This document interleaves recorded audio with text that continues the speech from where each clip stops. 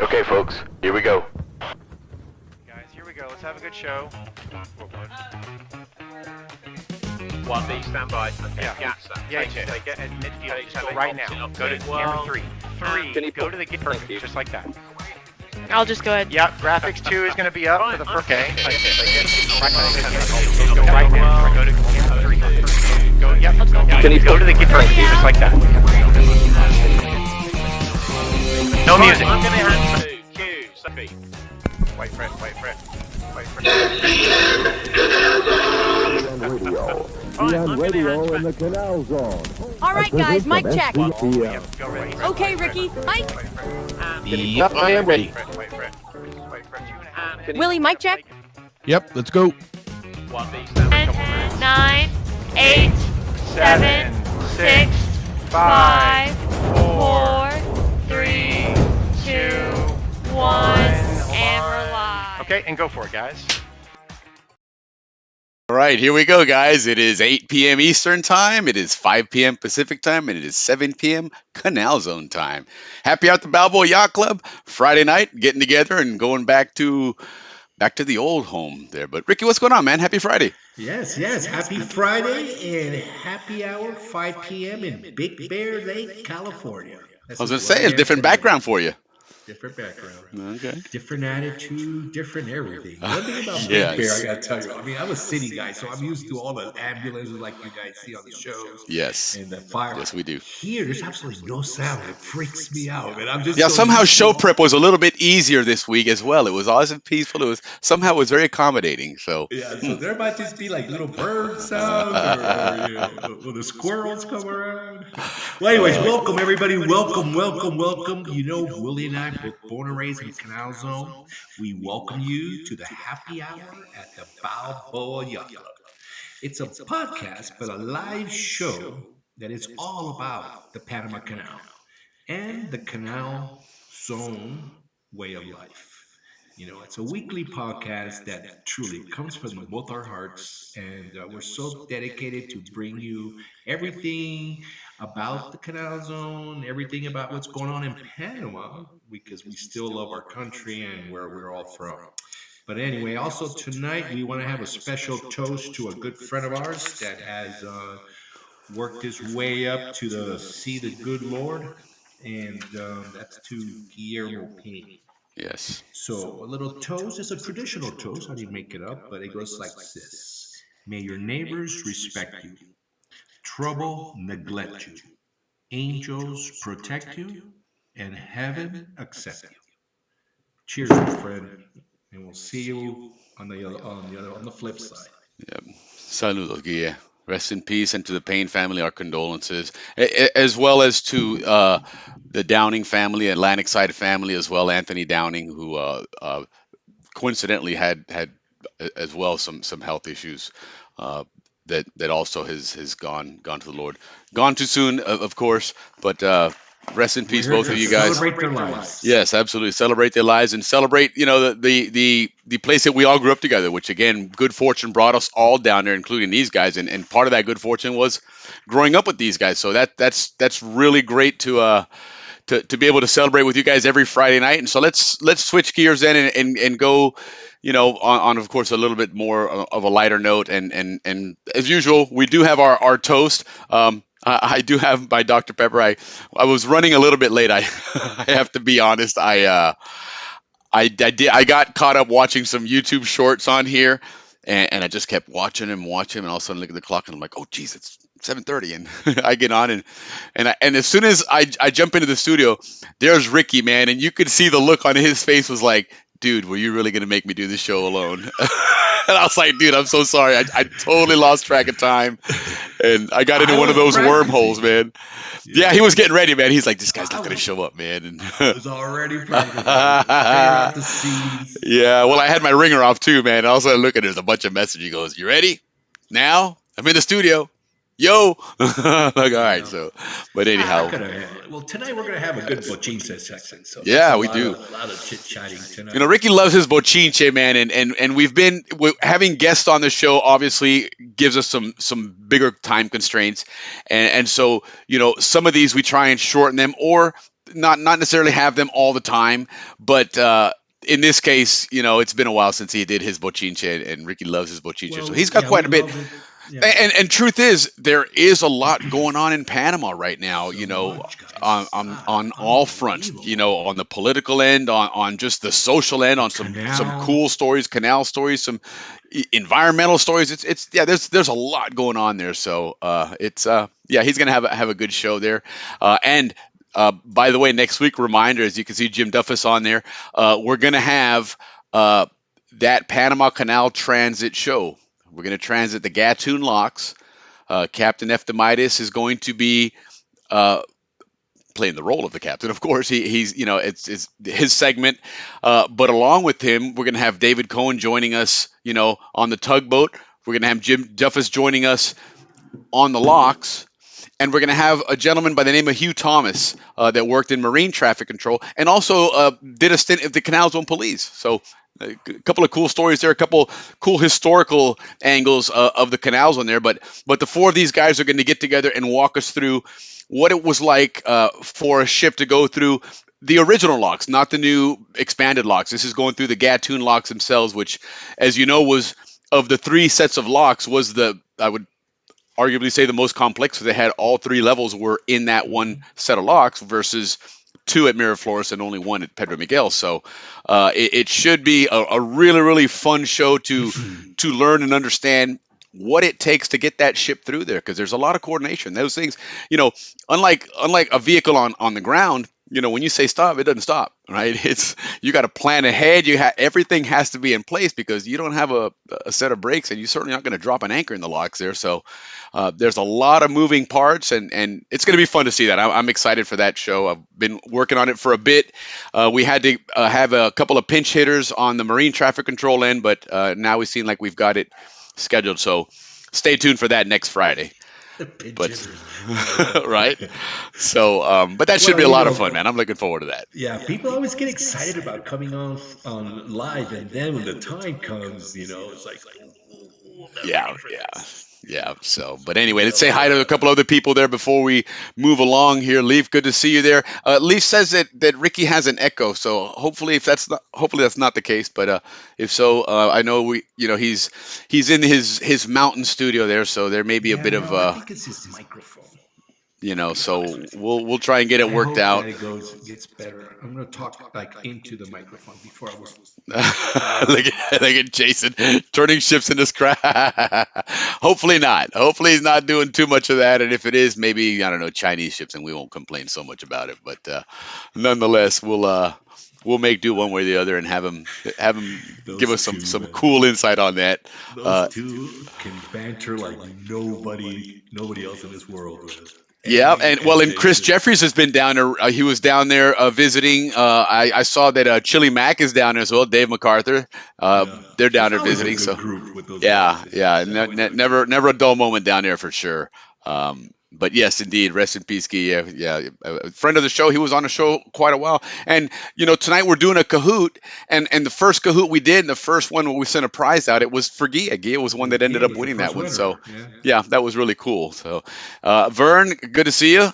We're gonna have your Gatun peeps on next week. Stay tuned for that, and let's plan on June doing a Atlantic sideshow. If you're ready for it, let me know, and we'll get that penciled in, because I've been doing a lot of scheduling recently, and then I kind of had to take a break and step back. So, we got some stuff that we can throw in there in June.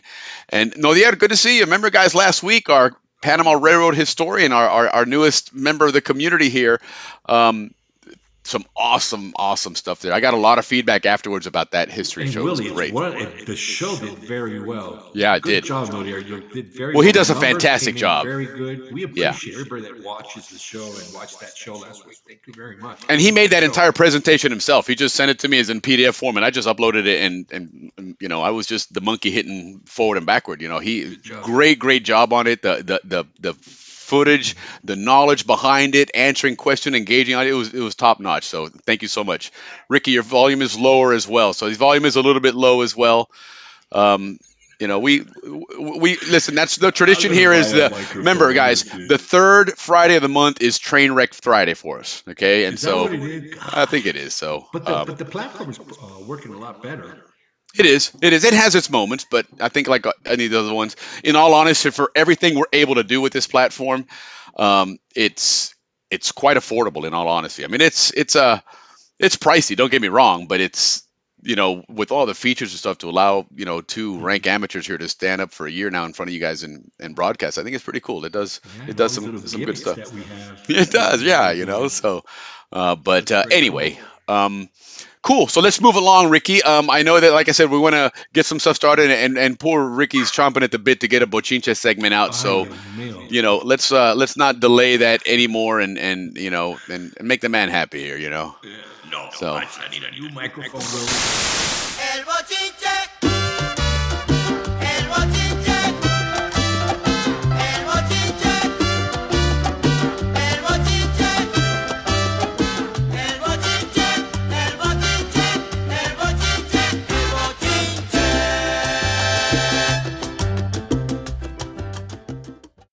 All right, there you go. And real quick, guys, before we move along any further, on the screen there you see there's a QR code. There's two QR codes. Obviously, the Bias the Beer one is there, but also on the top there you see a QR code with that number 6510188. That's for our Kahoot later on this evening.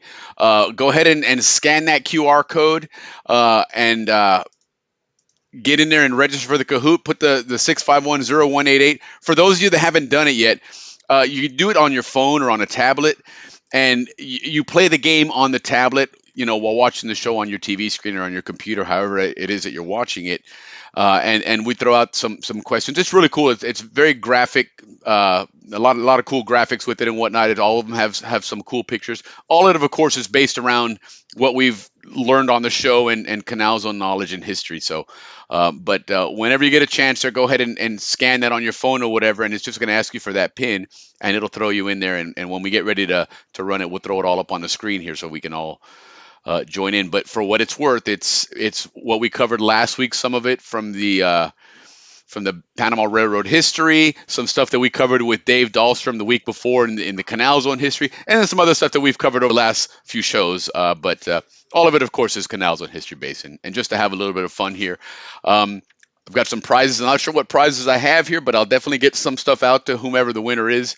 I know I've got some keychains and some stickers, and I think I have some other Canals on stuff, but I'll definitely get you some stuff out there. And you know what we need to do is do another one like we did last year, where we to give away a membership to the Pan Canal Society. That would be a cool one. That'd be So cool. yeah, but anyway, let's get your Bochincha going, man. Let's go. Bochincha time, guys. Well, anyways, we've got a couple of pictures to go with our announcements tonight. So we're going to be talking about Panama. Couple of things. We're going to do some social stuff, some Canal stuff, Panama stuff, and some sports. So Yes. why don't we start with the big global big day? What do you got for a picture? Oh, yes, guys. This here, what's going on in Panama, this is like the Super Bowl of bird watching. There's this tournament in Panama going on called the Global Big Day. I think it was actually last week. And what it is like the Super Bowl of bird watching. And the reason why Panama is chosen for this Super Bowl is because we have 900 species of birds in the Panama. Isn't that amazing? 900. 900. Between the United States and Canada, Willie, they don't have enough. They don't have more species than we do just in our little canal area. In that little small isthmus. 900. So the whole tournament, Willie, is in 24-hour period. You have to see how many different species you can classify. Something. That's 700 people amazing. showed up. It's amazing how big this Thank thing you. is. Yeah, so that's one thing we got going on, and a lot of that it's taking place in Gamboa and those kind of areas. Nice. Around the canal. So, Very yeah. good. Very, very What good. else? Let's go to the next one. Okay, so moving along to the next slide here. Let me get this out of the way. Sorry.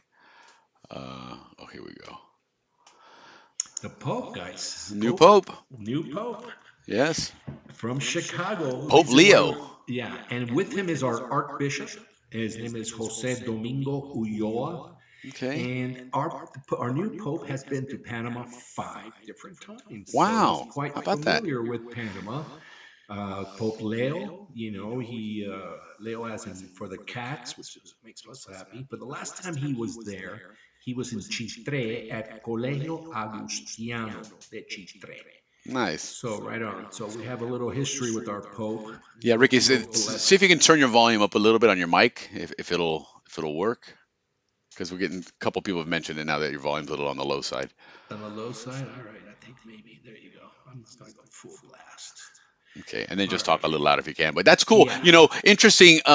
Way back in the day, when it was, I guess it was Pope John Paul was the one that was back in like the 80s and whatnot. Mhm. My mom got the opportunity to meet him, and she got to kiss his ring, which it's like a That's big deal or huge. whatever. So Yeah. yeah, she was one of the ones selected. My mom was. It was interesting. My mom was selected for that one time, and also, which you'll appreciate and your family will appreciate, when they had the Miss Universe pageant in Panama in '86. My mom was selected as one of the chaperones. And so she stayed at the Marriott for a month, because this is a month-long event. What you see on TV is something that takes place over almost 30 days of hanging out and going visiting places and doing all the different things that they then consolidate into a show. But she got to stay there and live there with them, because as a chaperone, because these are young girls, 16, 17, 18, 20 years old, and they're all 20, yeah, it's probably the eldest. yeah. So Actually, no, like 21. I think Brandon was like 21 or 22. yeah, but I mean, either way, it's just young girls, and so they always have Yep.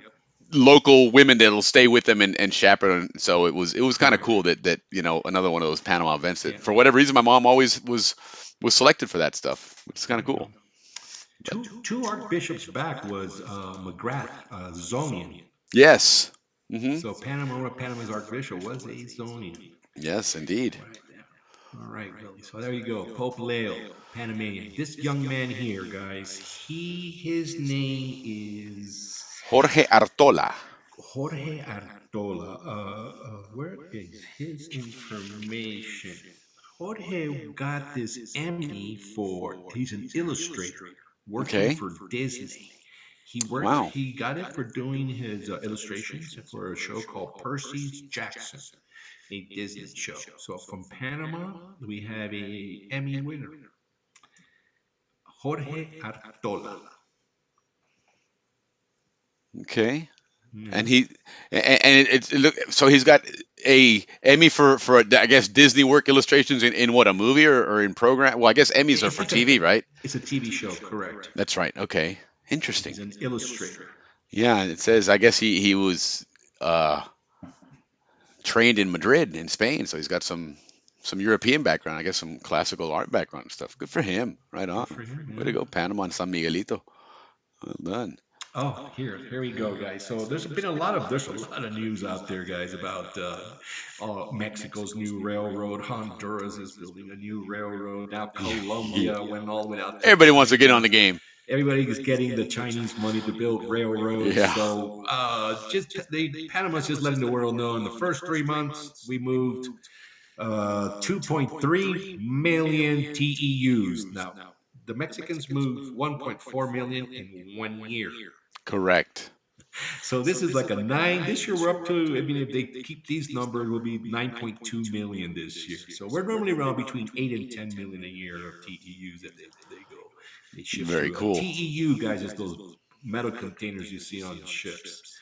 So we've been hearing a lot of noise out of Colombia recently this week that they're doing this railroad with the Chinese money. Yeah. So anyway, They're trying. Panama's letting everybody know. All right, good job, guys. They're getting run out of Panama. They're going somewhere else to find something. Yeah, and I got to tell you, I don't think they truly think they're gonna beat Panama. I think they're just like fighting for second place. That's it. Yeah, you know what? It's true. It's like saying that because McDonald's sells burgers, you're not going to try and sell burgers. Well, there's room for you as well. Just don't think you're ever going to compete against them. Right. So yeah. So now when you hear news, But about that, there is a everybody company that suddenly finds that their shipment may take 6 weeks to get through Panama because of the backlog, and they go to Mexico and they're like, "Hey, we can run it next week for you." They're going to get on there, but again, it's going to be scraps to what Panama's running. Right. Yeah. It's gonna be scraps. Correct. All right. All right, here you go. So the ports going to, there's been a lot of port talk in Panama. Everybody now wants to get a piece of Panama's ports, and BlackRock, Chinese, Xi Jinping, all the big names you So hear. So real what is quick, it? Ricky, in this picture, just as a curiosity, guys, check out this picture here. What port or pier are we looking at there? If this was the old zone, never mind the big cranes and stuff there, but let's see if everybody can identify. Because look at the background; I should be able to tell you which one you're looking at there. You know what? That's It's very Balboa. obvious. It's very No, obvious. because Right. it's missing the bridge. Well, it's not missing. It's right there. You can see it. Oh, that is the bridge. So that is Rodman, right? It sure is. It sure is. Well, that's the one that the U.S. will be using as well. That's That right. same port right there. Yeah. But the whole thing about this article that I wanted to bring up for you guys is all Panama's in everybody's talk, right? Everybody's Of course. talking about the ports. So Panama decides, you know what, rent's going up 10%. You know what? Hey, they got to pay the bills, man. Hey, supply and demand, right? And the That's thing how it about it is, works. it's still a bargain compared to having to go all the way around South America. Oh, man, At the end of the day, man. 10%. That's all it is. Right on, Panama. Good for Panama. Heck yeah, man. Okay. Is that it? Yeah. Yeah. Now this one, guys, this is Panama now with a company out of Colombia. What's that company? It's called Ecopetrol. It's Okay. they're reputable. Colombia does have petroleum. Well, in conjunction with Panama's government, they're just about found freaking hydrocarbons out there. Okay. Gas and oil. So Very nice. This is on the Atlantic side or the Caribbean side. Something I want to also tell you guys. Panama wants to start using the Pacific and the Caribbean.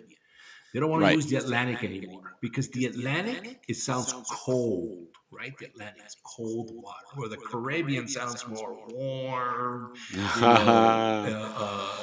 More welcoming. vacation, more welcoming. Correct. That's So the very true. Caribbean side, the Atlantic side, even though we're used to calling it the Atlantic side. Well, the Caribbean side is where they're looking for these hydrocarbons. And Okay. looks like we will be having cheaper gas in Panama. Hopefully that'll really help things move along. Sure. So Sure. here we And go. start, providing, different sources of fuel or different uses, and start maybe opening up those markets as well. But it makes sense. Ecuador's got oil.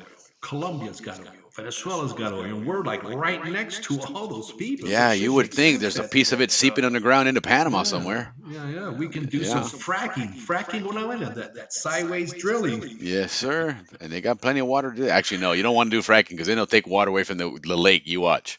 Oh, Because they use a ton of water for fracking. I mean, it works, but you got to have a big source of water for that. We don't And want to mess we with don't the want to lake. mess with that one. Yeah. And speaking about the lake, guys, the Army Corps of Engineer is going to be working with Panama on that watershed, expanding that watershed. Yes, absolutely. So that is very, very, very good news. Mhm. All right, so that's the ports, and there's the more on those hydrocarbon Yep.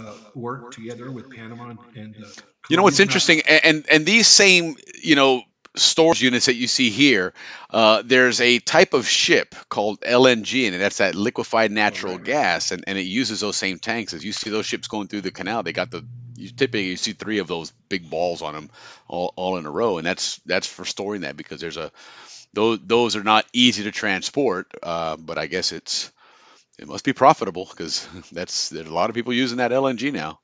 Yeah, the European market, the Japanese market. Hmm. Sure, for sure. So that's interesting. Good for Panama. That's good for Panama, yeah.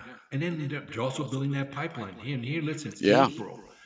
April was another month. This is mostly due to the tariff war. But April, the most amount of ships they can possibly transit the canal, in other words, all the birds were in a row, Yeah. was April of this last April.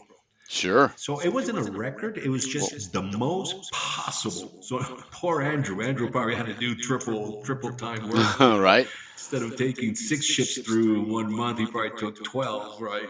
Well, I'm sure he So wouldn't complain about the overtime. yeah, another win-win there in the canal, guys. Yeah, So indeed. things are looking good. And as you know, also the water levels of both the lake and the reservoirs are at top capacity.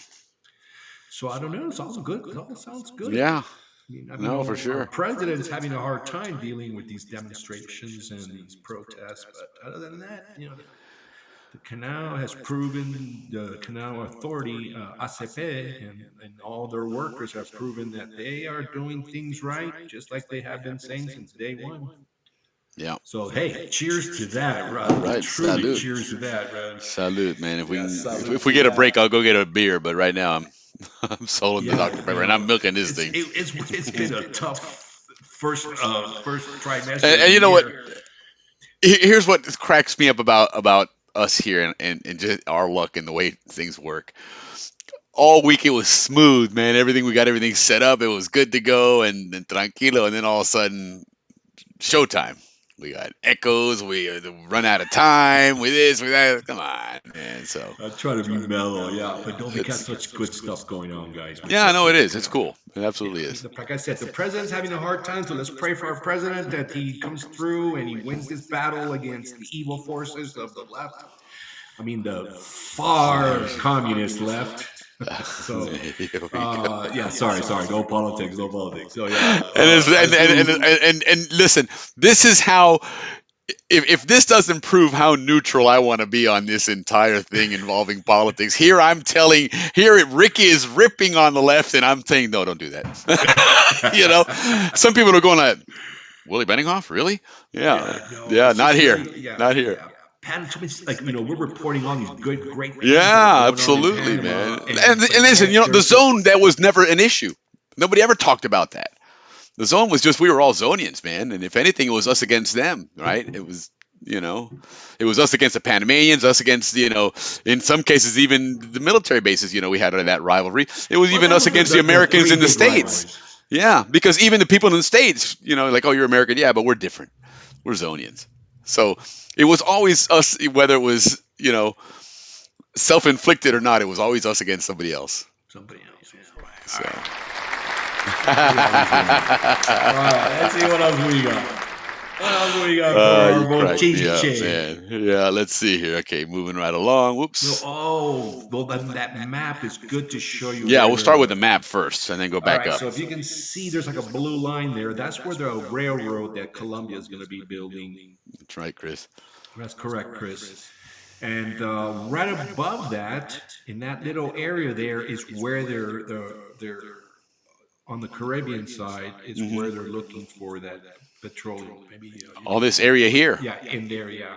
Yeah. And which is there's a town here called Turbo, which is in Colombia, and that's one of the exit points that we've learned for the migrants. They have guys here in boats just run them across and start making their way through here. And this is the area that Matt Tomlin and Michael Yon and those guys were walking into, looking for where that bridge and stuff is, to eventually meet with Captain Eftimitis on the river here and get out there. Yeah, man. So that's kind of cool, man. That's kind of cool. Right. Oh, yeah. So gas up there, railroads over there, and then that big Darien jungle. And we got a couple of news there on the Darien Gap. What we're going to get to a little bit later. All right, there you go. Golfo de Uraba. That's what that is up there. Yes, this gulf up here on the northern coast is the Golfo de Uraba. In fact, there was a time back when there was consideration of a canal being built in this area. Correct. Because, again, that cuts in so far, and mostly because at that time, believe it or not, that was thought to be more favorable terrain. Because certainly it's more narrow up here where the canal is, but you had that whole mountain range coming right through there. And that was the one piece that they're like, you're not going to cut through a mountain. And this is, since back in the 1800s, they're talking about that. And this was one of the places where, had that Scottish colony, that New Caledonia that started there, had they succeeded in that, it would have been an interesting history that the British might have been the ones that were operating a canal in Panama, and then we'd be doing tea at 4:00 and all that shit. It'd be kind of interesting. We'd be Brits, so no thanks. Nothing against the All right. Brits, man, but I like what we had. Yeah, yeah. You know, so. So that's where they're doing, looking for gas on our side. Right on, and Rich. That's where the Very well railroad's put. going to be. Hey, Rich. All right, Willie. And now we know that we're the So Darien anyway, Gap looks like. what he's talking about there is this article here. Was what that map was for. Yes. That mess. So, as you guys knew, or have been watching, we've had some people on talking about the Darien Gap and immigration and etc. Well, one of the things that they had told us was, yeah, Panama and the United States have done a great job of closing down the gap to zero. No one's coming across. Right. But all these facilities were still there for all these NGOs, and there was no reason for them to be there because there's nobody coming through. Oh, there was a reason. Well, I mean, yeah. But so anyway, the government, Panama, finally said, you know what, you guys, enough already, man. No one's coming through that. Yeah, I firmly believe that they were going to play the waiting game. Yeah, Absolutely, Ricky, because I firmly believe they were playing the waiting game. They're so well funded they were going to sit there for 3 years and do nothing and get paid to do nothing and then turn that spigot back on. And then, guys, that's where all the big protests and demonstrators are at in that area, because, shoot, there's a lot going on out there that is being not discovered, but straightened out. It's being dismantled. Dismantled is the better word. Yeah, for sure. So that's what's going on there. And then this thing here, the U.S. government is helping out Panama with this cleanup. Now, this cleanup is no easy task. No. They're calculating that each person that went through left 20 pounds of debris. Yeah. Whether, from clothes to food to whatever. 20 pounds per person, over 1 million people went through there. 20 million pounds of garbage. That is just such a ginormous number. Right. So the U.S. is in there helping clean that out, and that's going. And let's not kid ourselves. This is not like a place where you can just run a bunch of dump trucks in, load it up, and you're done in about 3 or 4 weeks. This is where are you? It was walking only places there. You're gonna have to, I don't know, maybe mule trains like back in the Spanish days and just load them up and bring garbage out. Because there's not gonna be a whole lot of trucking garbage out of there. And then they got to oh my God, what a mess. Yeah. Well, anyway, so they're working through that, guys. So Darien is it's very popular right now. Well, check out what in the chat there. Garrett S. My dad led the studies for that route in 1965 through 69 using the Atrato River. I've been to Turbo. That's cool. That's really cool. That's awesome. So Garrett, if I guess you've been through the Darien then, or you went around it to get to Turbo, I guess maybe through the Atlantic, along the coastline there or something. But yeah, that's awesome, man. That's really cool. That's back in the 65. Well done. Thank you. Thanks for sharing that. That was brutal back in those days. Heck yeah. All right. So what is this, Ricky? What is that? I don't know if you guys remember that was by far the best burgers in the Canal Zone. Now, if anybody out there wants to argue with me, just leave a comment. But if you guys remember, that was our drive-in in where the library was. Yep, exactly. Right down the road from the Ancon train station that we learned about last week. Yeah, correct. So you order there on the left, you see people, and then you pick up on the right. And if you guys remember, you would get your burgers in a little brown bag. You would get your French fries in a little brown bag. Yes, absolutely. Nothing like it. So good. Oh, so good. Yeah, no doubt. Look at that. That's right. It is a drive-in. Absolutely. Neon lights. Yes, very much. That was the thing about the Canal Zone. It really was meant to mimic America. I mean, it was very much Norman Rockwell. You could open up a Norman Rockwell book, and you could make one of those books about the Canal Zone. It would be very similar in that aspect. But they made it. In their mind, it was the hardship of having to live overseas and work for the U.S. government. Well, because people left. It was hard to retain the workers. We knew a lot of people that came. Initially, it was certainly, but somebody that flew down there in 1972, and was working there, I gotta believe walks in the canals and goes, "My God, this place is wonderful." You know what? I Yeah, know. heck yeah, man! I'm getting paid Well, to live down here. Hell yeah, yeah, yeah, we learned from our historian yeah, that Lindenberg loved the canal zone so much that he was yes. down there 3 times. Not only did he fly down there on that one plane, the Spirit of St. Louis, Yeah, but he brought the first mail sure did. to that was ever flown to Panama, and Yeah, then not only that, but he brought the first commercial mail that was ever indeed. flown to Panama as well. And as Vern mentions on the chat there that speaking about flying in airports, this place was the original airport. Before Correct. Yeah. Tocumen was built. Yeah. Pan Am, they flew the obviously it Oh was the yeah, DC that's right. fours and That is DC correct. sixes there, but that was the airport. That's where people flew in and out of when you were flying back to the States before we did ours. And remember, right down the road from this place also was MTD, and that was the Motor Transportation Division, Oh yeah, which is yeah, where we yes. met at four. Well, no, we went there at 4:30, 5 o'clock in the morning. Everybody gathered around. We got on the buses and we went to Tocumen for the charter flights. For we're doing the home leave back to the States. That was, that was where we met, which was right down the road from this place.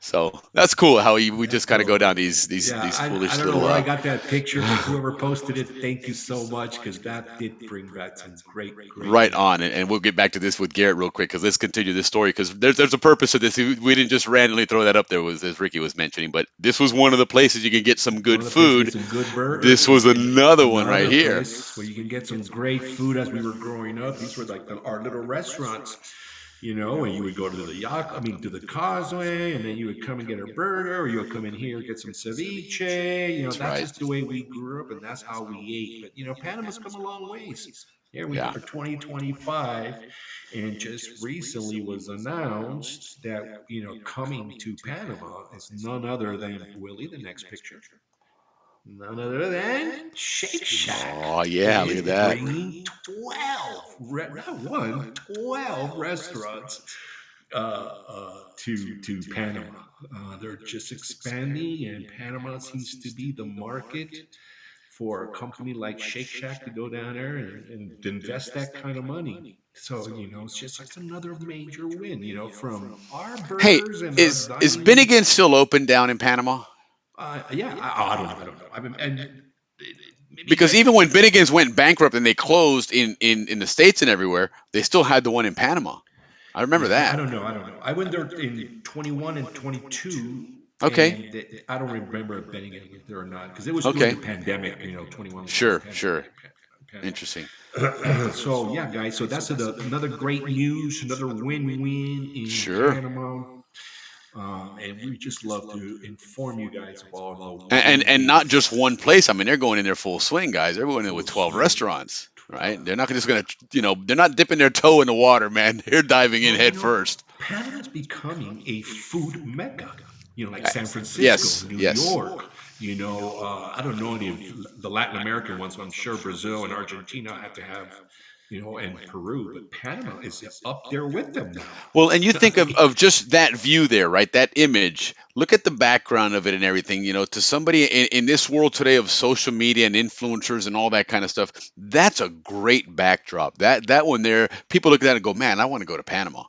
Just to look at that building, that curled building, and just it's everything about that is really really cool. And yet this is Shake Shack here is, and I don't know if this is just a demo on it or not, but that's an old style, almost a Casco Viejo looking type, old Spanish building there that Yeah, it's in, I'm sure they'll go down there. They'll be in Casco Viejo. with the arches and that balcony on it and everything, very, very classical, with that modern backdrop is very appealing to a lot of people as Panama's become very cosmopolitan, and it's pretty cool that But it that's, has its Casco Viejo, which is unbelievable. That you yes. can just go to another world. Yeah, you can go back And 400 years. You go yeah, into a little section and you're back 400 years. correct. And the mayor is making sure that he wants to run it. He was just in Madrid and he posted everything he did I there. saw that. And he wants to do what they do in Madrid, where it's pedestrian only, but deliveries from like 6 a.m. to 10 a.m. Let's say. So they'll allow cars in there through in the morning For times like business that. purposes only. and then for out. deliveries. There were deliveries, Yeah. and then after that, it's just walking. Sure. So that's coming. But something else, Willie, I want to bring up to our Canal Zone viewers and everybody else. This might hurt some people, but the mayor. I love the mayor. Everything he does, I support him. But when you cross the Thatcher Ferry Bridge, Mm-hmm. and you get to the west side, right? Remember that little lookout that we had out there? Yeah. We would go Yeah. there, sit there, drink a beer, whatever, make out with your girlfriend, whatever. That's where our dads would park on if they were on the boundary car. They would sit there and then they'd drive across the bridge and go down 4th of July by the hospital and come back, and that was the area they'd go to, was sit on that platform. Because my dad tells me all kinds of stories of sitting there. Well, the thing was, it was a Canal Zone thing. It wasn't a major thing, right? And then out of nowhere came this Chinese monument, and everybody respected it. It's good to go, right? We all thought it was okay, no problem. And then the monument went like this, and like this, and like this, and like this, right? Now it's this ginormous monument. Well, our mayor decided that's got to go. I love it. And that's created a mess, of course, because they think that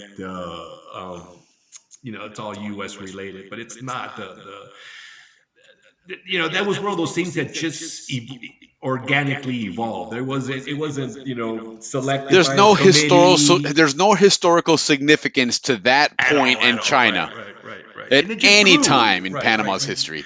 Nobody voted for that to be there. You know what I mean? Right. It just kind of organically grew and grew and grew and grew. And everybody just let it go. But now it got too big. So that has created quite the controversy down there. So, yeah. That's we'll be pretty looking for funny. that, That's pretty funny. Well, real quick, let's go back before we proceed any further. We were talking about that Darien area there. And so Garrett was, initially this was his comment was, my dad led the studies for that route 65 to 69 using the Atrato River. And he's been to Turbo, which Turbo is in this area right here, on the Columbia side of that bay there.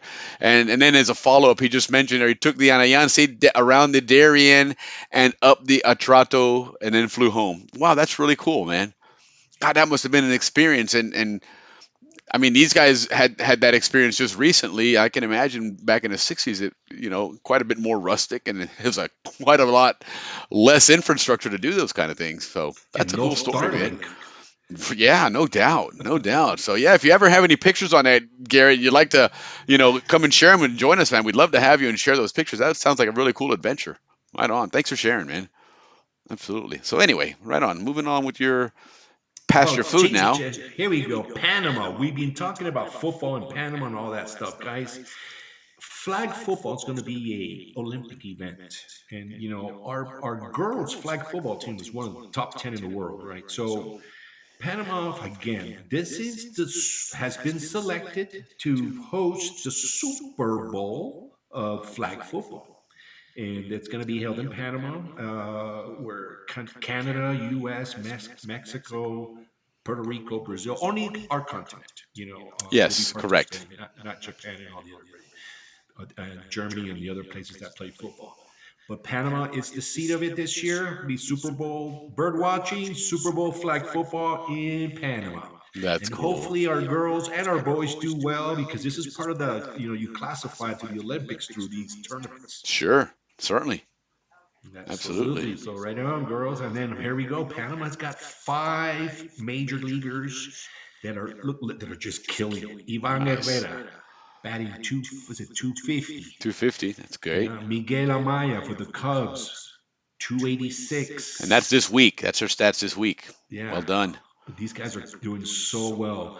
Jose Caballero with the Rays, 250. Yeah. Mundito Sosa, he's been a lot on the TV. He's batting 200, but he's still.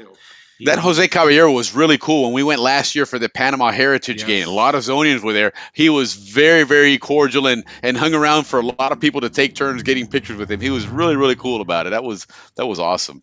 Yeah, and then our Zonian, Justin Lawrence, he's pitching with, but he's hurt right now. So those are the big names from Panama and the Canal Zone in the majors. And I know there's a new pitcher, another Zonian kid, but I don't have his name, and we'll have it for our next week's show. That Right on, right on. JC's gonna.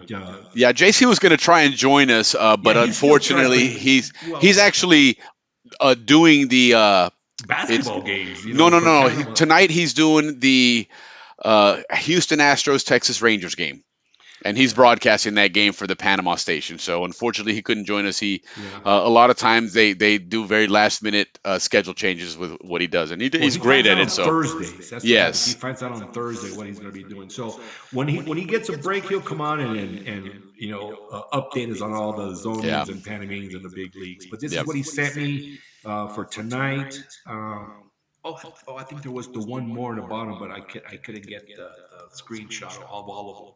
But there is another Zonian pitcher, and I just can't remember his name. Right on, right on. Well, that's good though, man. That's some really cool, cool information there about, what's going on in Panama, and again, not just on the political side. And truth be told, there is a lot more going on the political side. That it's not so much Zonian information. It's interesting news, and it is certainly newsworthy. Over the last probably month or so, there was a new law that was passed involving Social Security and involving the date for pensioners, when the eligibility dates and whatnot. And as is typical in these instances, especially when it comes to messing with people's monies and their retirements and whatnot, there's been a lot of pushback on it. And a lot of the unions have gotten involved. Some of the unions that are well known for being those leaders of rebel rousing, for lack of a better term. There was a couple of years ago with mines, with that whole deal with the copper mine and everything that I mean, they shut down the entire country. These guys shut down every major thoroughfare, every business just really shut down. It was nothing could be done. We saw that unfortunate incident with a Zonian, in fact, that had got out of his car and it was all caught on TV, and he threatened people with a gun, and he turned around and shot and killed a guy or two people or whatever it was. But I mean, it was just a really ugly situation, and the unions in Panama are, they do that. They're very active. They've always had a lot of sway there and a lot of influence, and so there's been a lot of that lately. In fact, last, I would say, 2 or 3 days, it's escalated to where now there's a lot of police involvement, and there's a lot of clashes, where before it was annoying, right? It was disturbing because you're creating some traffic havoc, but it didn't go anywhere above that. And now it's starting to get to that next level where it's starting to get ugly, and it's unfortunate, But it seems to be the last battle, though, Willie. I think this is the one that Agreed. Either Panama turns communist or they get rid of the communists. It's going to be one or the other. Yeah. No, it is. It's and again, not to get political, but that's where all their funding does come from. It does come from Venezuela. It comes from Cuba. It comes from even Nicaragua to a certain extent, and so it is unfortunate, but nonetheless. And again, let's get one more piece here from Garrett. Atrato route was called Route 25. Darien route was Route 17. Okay, interesting. Excavation of 17 was considered or linked nuclear detonations. Looking at the final report now, that's really cool. Yeah, we need to chat, Garrett, because I think this would be an interesting one of those other, man, had no idea. Lived down there our whole lives and like, what? No, Willie, they studied to use nuclear detonation for the second, the third locks or whatever they call it. Third set. Wow. Second set. That's amazing. That's absolutely amazing. Yeah, But we then definitely they want to hear backed about that. off on it. But it was Japanese technology. Yeah. Okay. Wow. Interesting. Yeah, you always learn something new, man. That's amazing. Leaf says he wasn't a Zonian; he was retired military. Okay, right on. Fair enough. But we've come to learn that a lot of our friends and family that we consider Zonians here were in the military.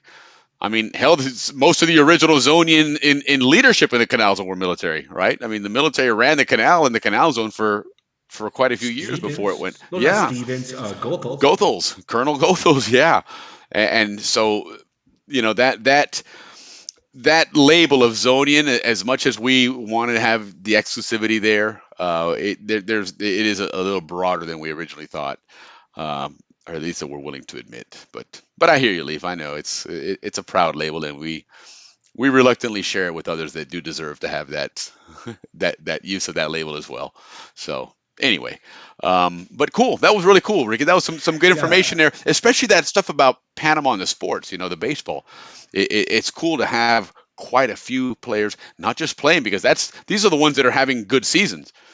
Oh yeah, these are just the top guys. There's a whole Right. bunch of other players that are Yeah. in the minors or just not killing it. But these Sure. guys are, on ESPN almost every night for home run. And who knows, maybe one day, we'll see somebody there down the road in 10 or 15 years that came through the program, learned how to play baseball in El Valle with Rudy Waller, who's doing a wonderful job of bringing baseball to a place that doesn't have a lot of resources. It really never had any kind of a baseball program. And so some great people out there. I know Johnny Hearn sent him a lot of gear and a lot of equipment, which, by the way, Rudy, I talked to a guy here today at work who works with a guy that restitches old baseball gloves and donates them and donates like lots of 50 and 60 gloves at a time. And I'm going to try and connect you with him because he's done work with other Latin American places to bring baseball and that kind of stuff. So maybe that'll help out there as well. But cool, Ricky. That was really good, man. That was a good Bochita segment for sure.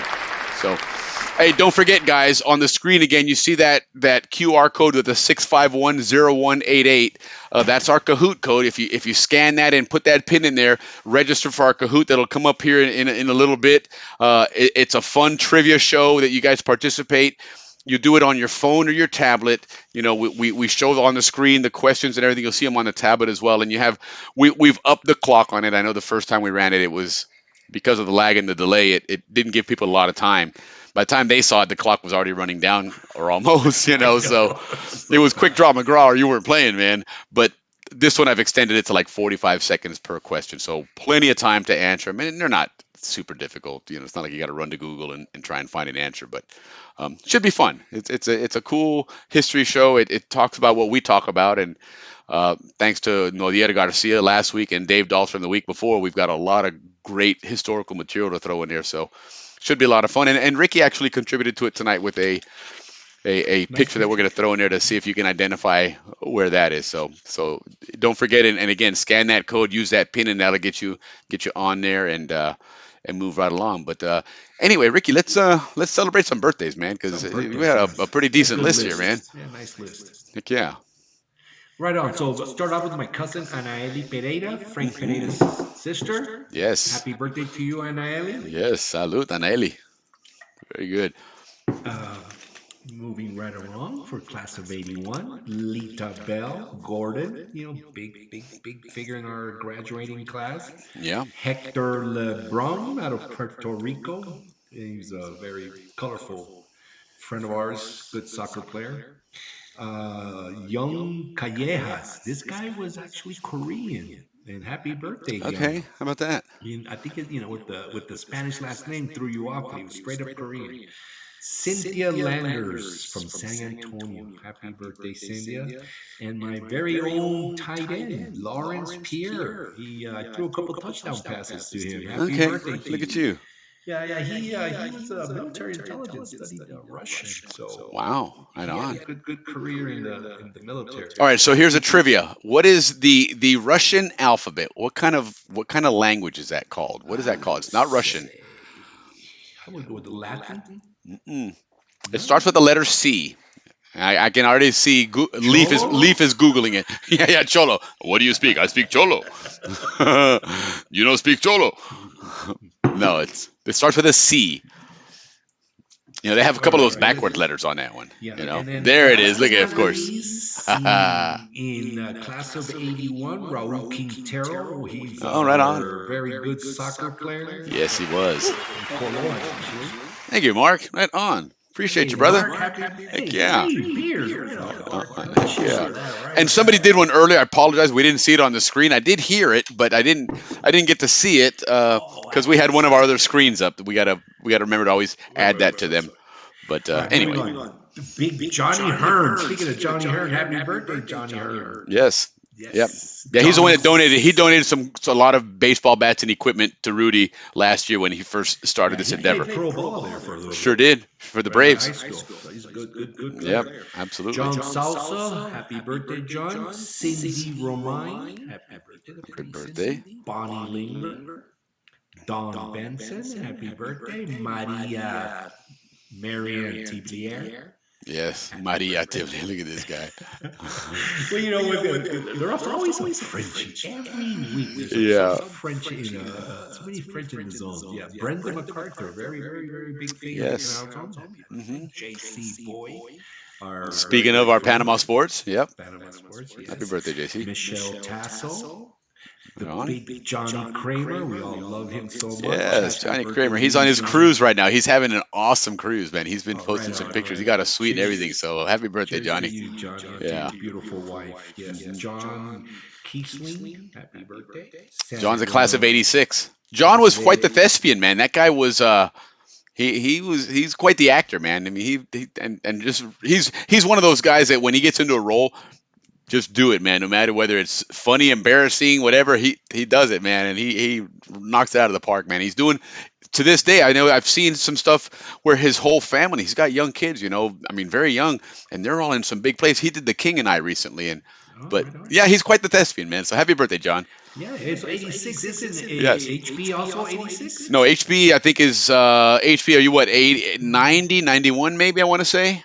Oh, okay, all right. But yeah, he's with the twins. I thought he was with Roby. Yeah, no, yeah, he's a little bit He's with younger. the twins, right. So John Kiesling, I'm going to say happy birthday. Sandra and Serge Mugler. Hope I said that. Yes, and that one, Surge was last week. I forgot to, I mentioned to her because, I get the birthday notices from Facebook friends, and nowadays even some people that are friends on Facebook, I guess there's a setting on Facebook that doesn't show your birthday.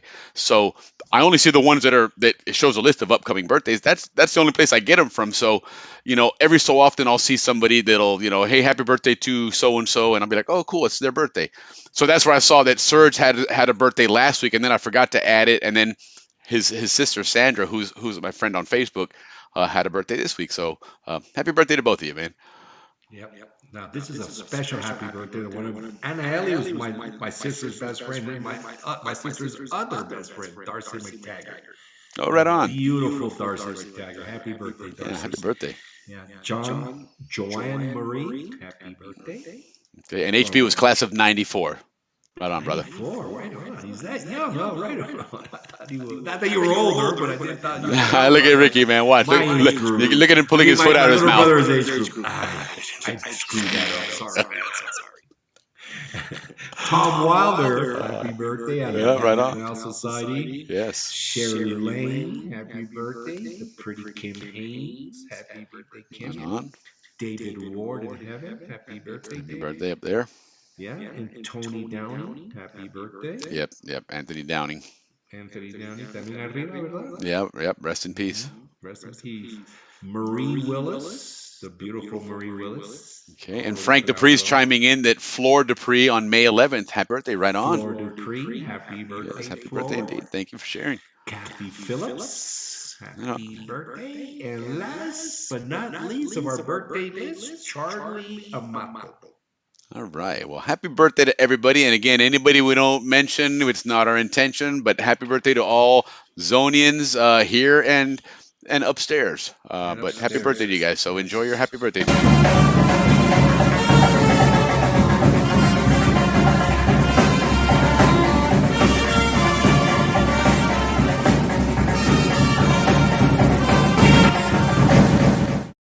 Of course, that Murga tune provided to us by Dave Dahlstrom, our Canal Zone historian, which it really is, for a show about the zone in Panama, no better way to have a birthday tune than a nice Murga, right? That's so it's got Carnival written all over it, So, but Caribbean Carnival. yes, Not indeed, Atlantic, Caribbean. Caribbean. Yep. So happy birthday to all. Cyrillic is that Russian alphabet, and Chris Jeffries chimed in as well that is named after Saint Cyril, right? The Russians practice the Eastern Orthodox version of Christianity. Of course, they had a pause for about 80 years during the Soviet Union when you weren't allowed to do that stuff. But that's why you see a lot of the the Russian architecture has those round, I don't even know what you even call them, but the buildings that have that very much like what you see in Constantinople and in Turkey and stuff as far as that architecture. It's not Islamic, but it has that Eastern version of Christianity to it, because that's where those two splits came. But that was theirs. That was the Russian one. Not that has anything to do with anything about Canal Zone in Panama, but the guy that was on Game of Thrones that had that taught the little girl how to do the oh sword yeah, fighting. yes, yeah, the guy with the faces, the many faces, dude. Yes, didn't he did have a name like that or something, didn't he? I No, think it you're was right. the guy that her teacher, the teacher that taught her how to do the sword fighting. Not the other guy. The other guy was the brute, the much higher teacher. Right. Well, then he didn't what's her name, Brianna, at some point teach him, I want to say. But anyway, we're not going to do a Game of Thrones show. But anyway, Cyril, I've seen that name somewhere before. And then the Russians didn't have a written language before Saint Cyril, which is probably why it was so easy to rule such a vast empire. Chris You is know, an intellect. he He is. came up with that word this week on the chat. I was like, I didn't make that up. I'm like, wow. And it hit right to what he was trying to say. I mean, he didn't have to say anything, just say that word. Well, and Chris is very worldly, from his military history, and then of course now he flies, He's an F-15 fighter pilot, too. Yeah, So that's this guy's so Mr. cool, dude. Canal's own Top Gun. Man, what a cool gig, dude. There's like the top 3 coolest jobs ever. Flying a Chris has fighter them jet, all. man, it's gotta be the best, man. There's just something about that. It's, when you're sitting up there, like, yeah, I'm the boss. Chris, you got to come on the show. Let us know what that feels Yeah, that would be a like, lot of man. fun, man, to talk about Jesus that for Christ, sure. I've got an F-15. 100%. That's an amazing aircraft, and that was a lot of fun learning that stuff. Remember we had Steve Ranston on here a couple months ago, and he was my media teacher and whatnot. And my big report that I did was on, because back then it was all the whole Cold War, and I was very much into that. I had a lot of books and stuff on that, and one of them was, I remember this big book I had on the F-15. I loved looking at that book and reading all about that aircraft and Right. and Well, we everything. should have him on. So it would be a lot of Talk fun to about have him that on. for Yeah, sure. Chris has done good. So thank you for serving, Chris. Appreciate that. Arya's sword teacher was Cereal. Sirio Farrell. Okay, look at this guy. So close, Cyril. Yeah. Right on. Yeah, for sure, Chris. We Ira, definitely that would have was you. her name, yeah. Yep. Arya. Aria. Oh, what an ending. I don't know if you guys saw that show or not, but that ending was phenomenal, man. I was Yeah. clapping so hard. It was intense, man. That buildup was intense. Let me tell you what, they built up that invading force, man. That you're like, oh my God, just end it already, man. I can't take this anymore, man. I know it's gonna happen, but just end it, please. This is too intense. Because it was, man. It's amazing what they can do with CGI and graphics now. I mean, they just. Well, that's what it felt like those last few days of the Canal Zone. I can imagine in a more real way. I lived those days, so I know. Yeah, I was a little too young for that. I still wasn't, quite there. I mean, I was 12 years old, 11, 12 years old. So at that age, I'm having fun playing football 15. and baseball. Yeah, that was yeah, like you're when I more first aware than started you're. going out, yeah. Correct. You certainly was more aware of it, The and you Canal certainly, of Zone. course, with your history, with your family's history, you're probably more aware than most people, because it's dinner talk for you guys, because your uncle's in the middle of it. Well, and my dad was a police, so yeah, it was different. It's a conversation we never really had because we were like stuck in Interesting. the middle, right? That's true. That's interesting. Because my dad was pro Canal Zone, and his brother was the president, so that was tough. Right.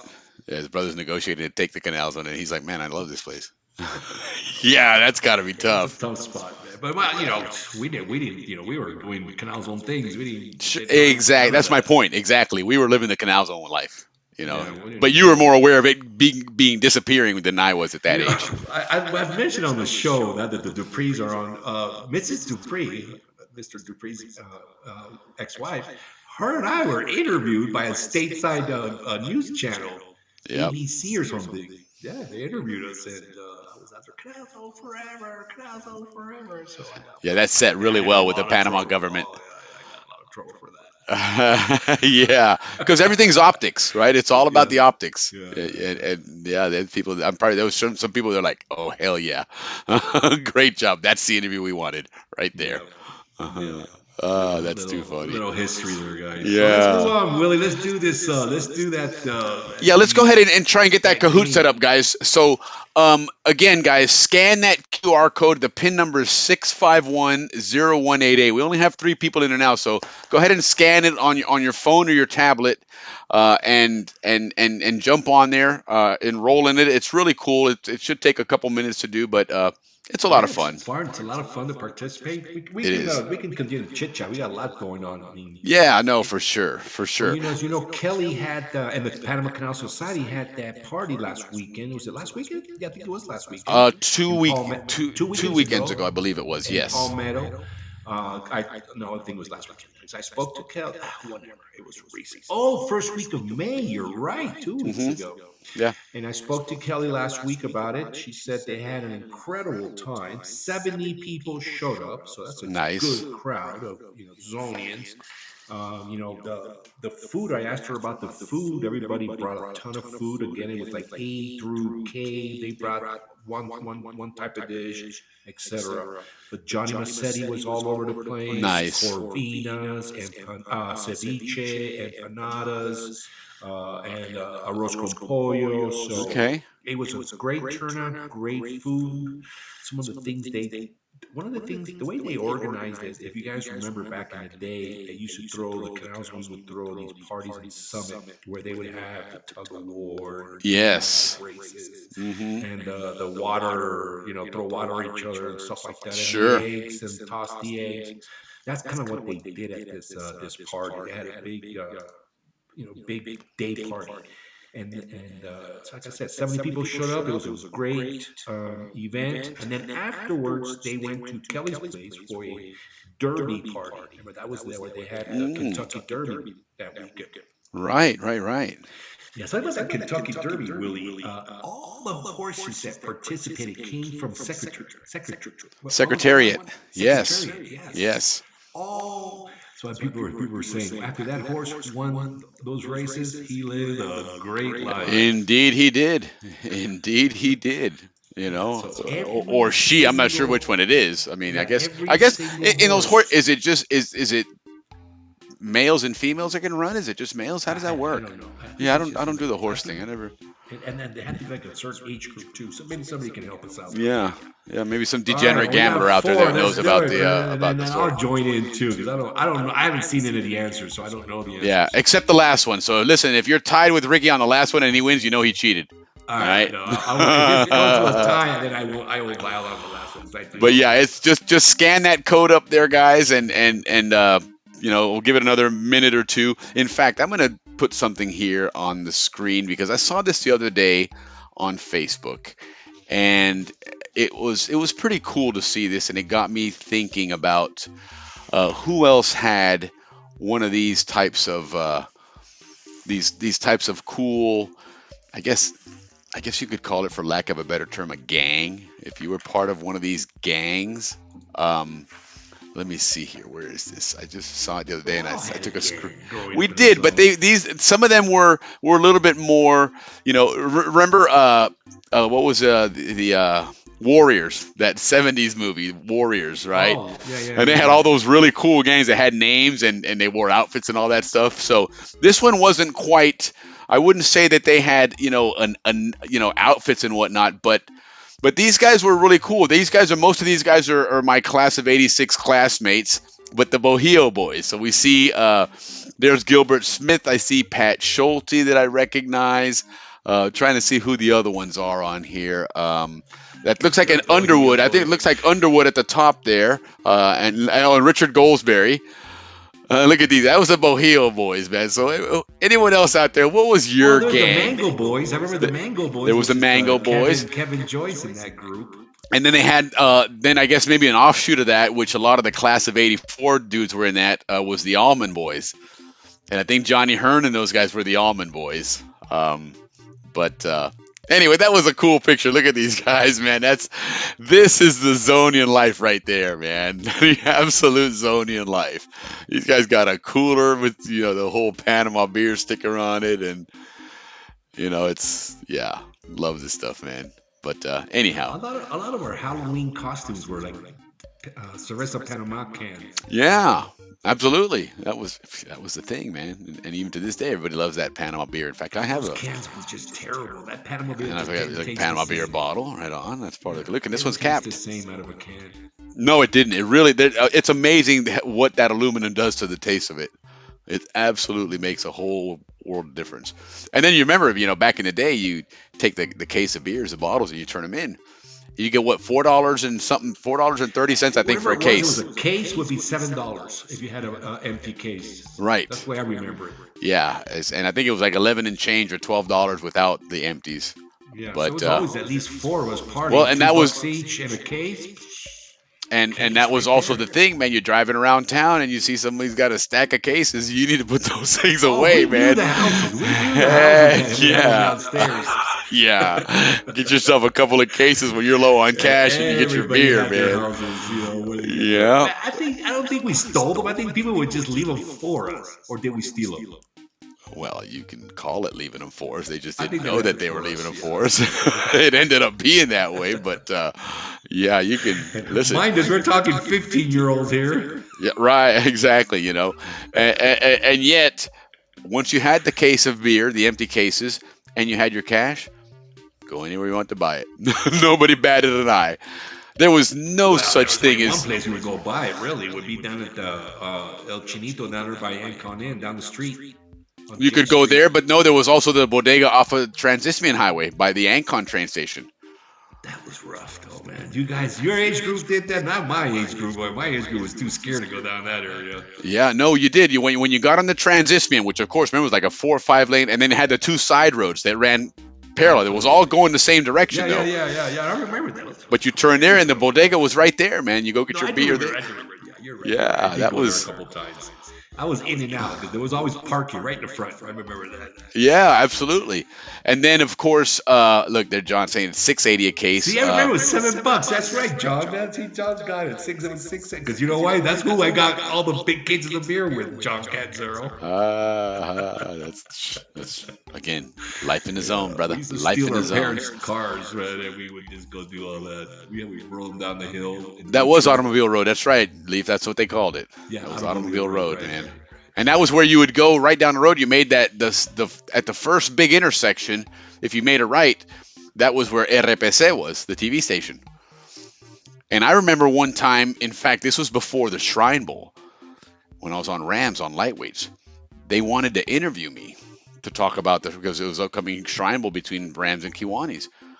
And I took a bus to the terminal, and from there I walked, because from there, the terminal was over by Cinco de Mayo that Dave showed us.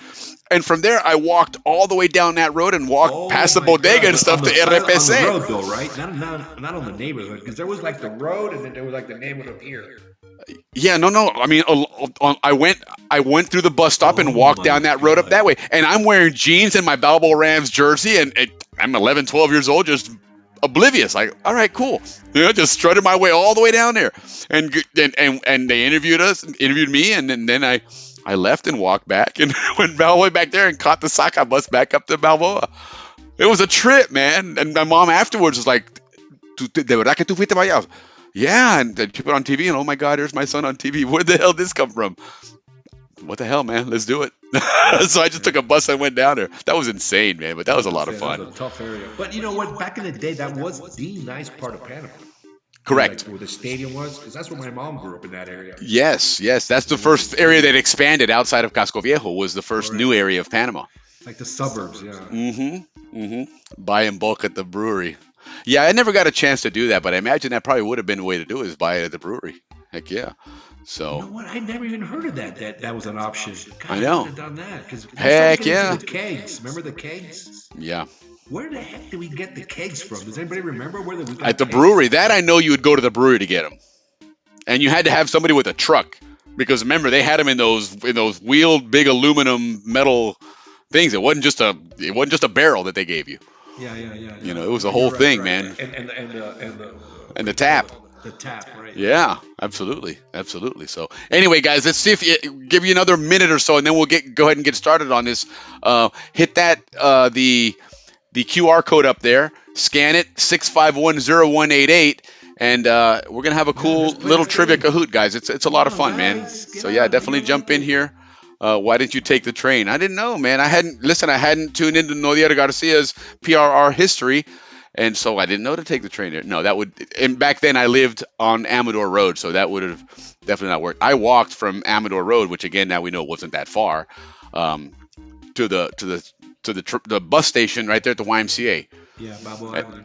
And that's where I took the bus to the limits there, and that's where I ended up walking to RPC from there. But yeah, it's funny that like anything else, as a little kid, everything looks big, but it turns out that the zone, especially for us living here in the States, when you live in the States long enough, you realize, God darn, the zone was tiny, man. Some of the suburbs you live in up here are bigger than Balboa. It wasn't that big, man. And when you think, for example, that the speed limit driving down there when we grew up was 35 kilometers an hour, you're thinking, God almighty, you're 20 miles an hour. That's kind of a silly speed limit, but I'm used to driving 70 here. That's the speed limit, man. And that's true. Nobody sped. That wasn't the thing in the canal. It wasn't. I don't remember anybody passing and speeding. Yeah, if you ever got a ticket there, it wasn't for speeding. It was for running a red light or running a stop sign. Correct. Right? It wasn't for speeding because I don't. If anywhere, where you might have did a little bit of speeding, usually was maybe Balboa Avenue, or Tumba Muerto. Causeway, maybe, but there was never. Yeah, but even the Causeway, no, because you know what? Because we were taking a bunch of beer and stuff with us, so we wouldn't want to do that, And especially when we were at that age to go to the Causeway, there was all Panama cops, so we didn't want to, stir that shit up. Yeah, I still remember speeding all the time. Yeah, look at it, 40 pounds of ice included too. Hell yeah, man. It's crazy, man. And you're telling people that you're going to get this at 17 years old with your parents' blessing. That's the best part. The first time I told my wife that, listen, in high school, Thursday nights, you go to the bar, you go to the middle bar at the yacht club, you just had to, usually by midnight you had to leave. That was kind of the agreement. And when you think about it, you're like, yeah, what's the big deal there? And then if you put yourself in a position of a statesider, you're like, what do you mean, what's the big deal? You're in freaking high school, dude. You're not even of old age to drink, and you're going to a bar and your parents know you are. That's crazy. But that's the Zonian life, the Zonian way. Yeah, indeed it is. So, but anyway, all right, let's go ahead and get this Kahoot going here. So we got. Wait. Oh, never mind. Go ahead. 1, 2, 3. Go ahead, Ricky. Go ahead. Go ahead and join. Put the straightaway right gamble. Yeah, you know what? That one is true. That one is true. But there was that one hole there. There was like a big dip that you had to either fly over it or you had to, yeah. left.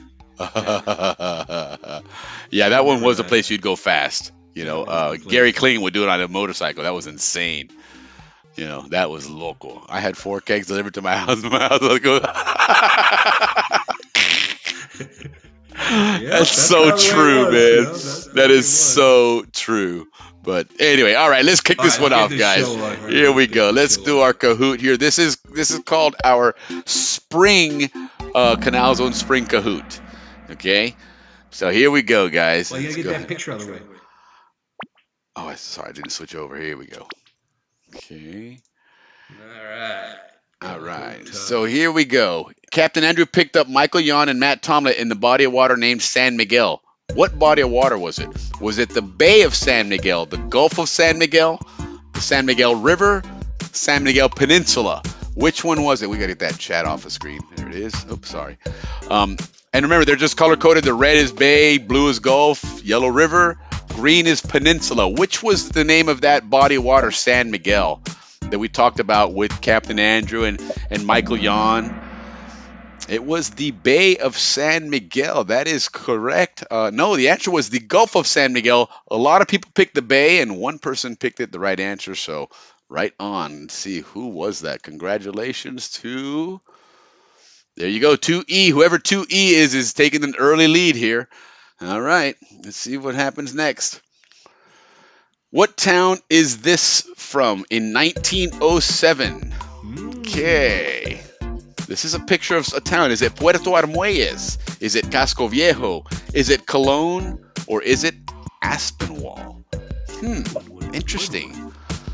Okay, go ahead and get your answers in there, guys. There's still a little time, but again, with that time lag, I don't know how much time y'all have on your screen there if you're just now seeing it, but That's pretty funny now that I realize it. That God, they were probably by the time they were seeing it, it's like, what? 3 seconds? I can't answer in 3 seconds. I can't even read all those answers in 3 seconds.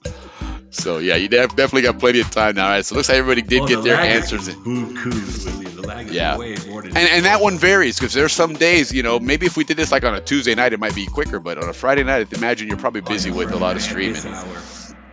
Okay, so the answer was Casco Viejo. We have one correct answer. Somebody thought it was Cologne, and 3 people thought it was Aspinwall. Threw you for a loop there. It is Casco Viejo. And what's interesting also, where that picture was taken from. If you know now that it's Casco Viejo, where was that taken from? That was taken from Ancon Hill, which is why, remember, the name Ancon, as we have learned, is a Spanish term for a protected cove. And they built Casco Viejo there because Ancon provided that protection of visibility. You can see the pirates coming from way out there. Back in the day, when you see a ship out there, it's probably still an hour away. It's not like it's got motors and it's hauling ass. So, in the distance, you see the silhouette of something coming over the horizon, and you sound the alarm, and people get ready and prepared for it. So that was a very strategic area to build that new city, since it had already been burned once by the pirates, because now you had that big visibility on top to protect it. So that was Ancon. So anyway, let's see who got the answer on this one. Oh, 2E again. Whoever 2E is on the history here. Right on. Oh, I know who that is. That is our, I'm going to take a wild guess here. That is going to be our other thespian star here that starred on some shows on the Hallmark Channel involving Mystery Island. Could be wrong, but I'm thinking HB2E and 2E there. How about that? Look at Will going out on a limb there, huh? How about that? In what year was the Panama Railroad completed? 1850, 1915, 1855, or 1914? When was it completed? And look at that picture on the top. That one is really cool. I don't know where I found that one, but I thought we've seen so many times that picture of the modern railroad, right? That's got the bicentennial red, white, and blue locomotive, pretty much in that same angle with the admin in the background. But here was one much earlier with a big giant water tank of some kind behind it. But anyway, so 3 people said 1850, 2 people said 1855, and that is the correct answer. So all right, somebody else finally got a correct answer. And it wasn't Mr. Toohey there. We got Bullseye and Mr. McLover. That one wrong. Of all people. Because one of the things that Mr. HB Toohey is known for is what, Ricky? It's him. We're just guessing that. I think it's a safe bet. But yes, if that is the case, then ya la vida pelao. But okay, but you are still in the lead. So here we go. Let's see if Chris Jeffries and Leaf can get on. Chris, I'm afraid there's no questions on languages or aviation. But nonetheless, hopefully we can get you on the board there. Okay, true or false? Here we go. So it's 50-50. The Japanese diplomatic mission made a stop in a town called San Pedro in what is now the Panama Canal. Remember, Nordier talked about this, and we had our friend Akito Matsushita from Japan chiming in and giving us a little bit more color to that story there. That this group, and I mean that's a huge group, 77 people, man. That's a full tour there. But they did stop in a town, and as Nodier was saying, he was looking for a map that would show it. And in fact, remember I mentioned that I had some really high definition maps. I did find it, and sure enough, we blew it up, and there it was, that town. But true or false? Was it San Pedro? We had 4 people said true and 1 said false. Close, guys, but it wasn't San Pedro. It was San Pablo. San Pablo was the town that they're looking for. And one of the things I wish Kahoot would do is that it would allow you to add another image afterwards, like to kind of follow up or whatever, where I would show you. But I'll pull up that map when I get a chance. In fact, let me do this. I'll show you right now show you where that was, because it's no longer gone. Oops, sorry. Let me get that out of the way. I'll put it up here. That town actually was almost in the middle of the canal, and so it's disappeared. But let me here, because I did send an image of it to Nodier, and I'll show it to you guys here, and you'll see where that San Pablo. So it was San Pablo, not San Pedro. So I threw you guys off there, but anyhow, let me see where's Nodier. And Is that by frijoles? Yes. Because remember, at one point he was talking about that area, and I go, how far would San Pablo be from here? He goes, it would be about 5 miles from here. And I was like, okay, interesting. So, okay, here it is. Let me drag this over the Kahoot real quick. And as you can see, there it is, San Pablo, and you can the pink lines is actually the canal. Okay, that river you see that's the Chagres River. So just to the right of this, or just I guess it would be south technically. The way map is set up, this is from right to left is going Pacific to Atlantic. Okay, so somewhere on the right side there, up above there would be Gamboa. Yes, near Gorgona, exactly. And again, guys, not Gorgona Beach, Gorgona in Panama. But that was one of the towns that then ended up disappearing when the canal was built. But it was San Pablo. So there you go, guys. You came close, but no cigar. So let's see who got this one right and see where our scores are. All right, look at that. Jim Duffus, getting close there. 2E, better watch out. Bullseye is still hanging in there. Chris and Leaf, come on now, get on the board here, guys. Here we go. It's 15 questions, so we got time still. All right, next, the island that they sailed into for the evening. This is we're talking about. Sorry, guys, we're talking about Andrew Eftimitis, Michael Yon, Laura Loomer, and Matt Tomlett. Was it Isla del Rey? Was it Isla del Gago? Was it San Miguel Island? Or was it Isla Grande? This one, you might have to take a guess if you're not too familiar, but there's some elimination there. I think we can eliminate Isla Grande, right? Isla Grande, isn't that the one on the Atlantic side? Yeah, you're right. Okay. Isla del Gago. What about that? Del Rey and Del Gago. Look at that one, huh? Which one is it? Which grocery store did they name an island after? All right. So we got Isla del Rey. We got 2 for Isla del Gago, 1 for San Miguel, and 1 for Isla Grande. So we crossed the board. Everybody had a different idea there. Could have been Gago because that is a grocery store. It is. It is. No, it's Isla del Rey is the correct answer on that one. That's the one with a question with a check mark on it. So one person got that right. Let's see what we got here. All right. There he is, Mr. Tui, going up to 24-17 now, pulling away here. Leaf and Chris, we're going to have to start feeding you some clues here, man, just to see if we can make this competitive here. All right, Jesus Romero and Steve Tochterman, Zonian Steve Tochterman, wrote a book called Final Flight, something, something. What was the second part of that title? Final Flight, done by Bravo Zulu Publishers. These guys were on the show just recently. Really, really cool That show. was a great show. That was a lot of fun, man. Yeah. A lot of intrigue there. Time naval intel guy. And by the way, and I'll share here in just a moment, speaking Jesus of, Romero, yes, he messaged me a couple of days ago, and I'll post it up here in just a moment when we finish this one. But let's guess which one it is. What was the second part of that title? Final Flight, something, something. It was Bravo Zulu, Queen of the Sky, Air Corruption, or Queen of Air. And we had 4 people said Queen of Air, which is correct, and 1 person said Queen of the Sky. So close, but no cigar. Let's see who we have here. Okay. Oh, we're making it competitive now, and everybody's on the board. There we go. Look at that. All right.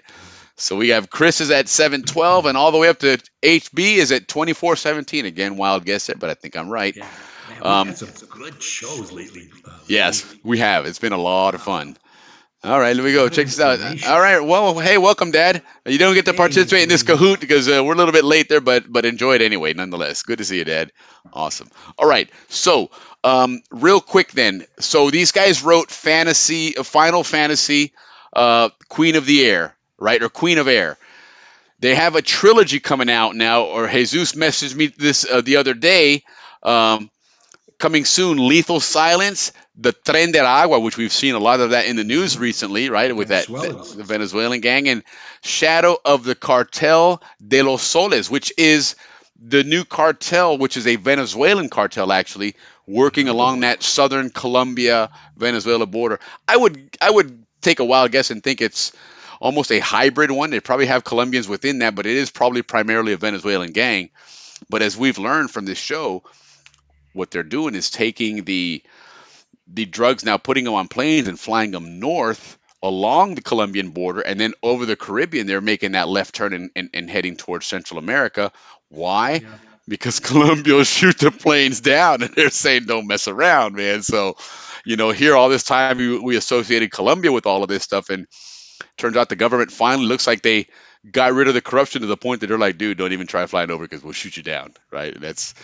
And then speaking of something else interesting, using the same routes and things that happened in the news the other day, we saw that in Venezuela, several that were, I guess, members of the opposition party had been holed up in the Argentinian embassy for quite a while.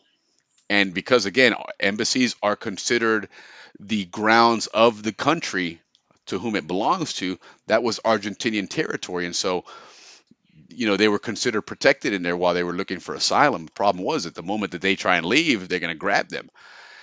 Got to the point where the Venezuelan government, when they had their latest elections back in July of last year, and as most people assumed they were fixed, and rightly so, that the opposition won big, and they, of course, wiped that all out and took the elections.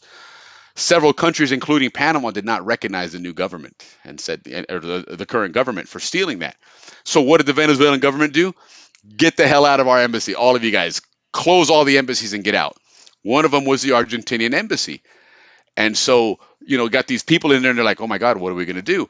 Well, Brazil is one of the few countries in Latin America that still has some friendly ties with Venezuela. And interestingly enough, Brazil actually didn't recognize that the government either, but that's the one country that Venezuela didn't kick out because that's kind of their conduit to the outside world is Brazil. So long story short, Brazil said, listen, we're going to become caretakers of the embassy, so we'll go in there and we'll keep an eye on things or whatever.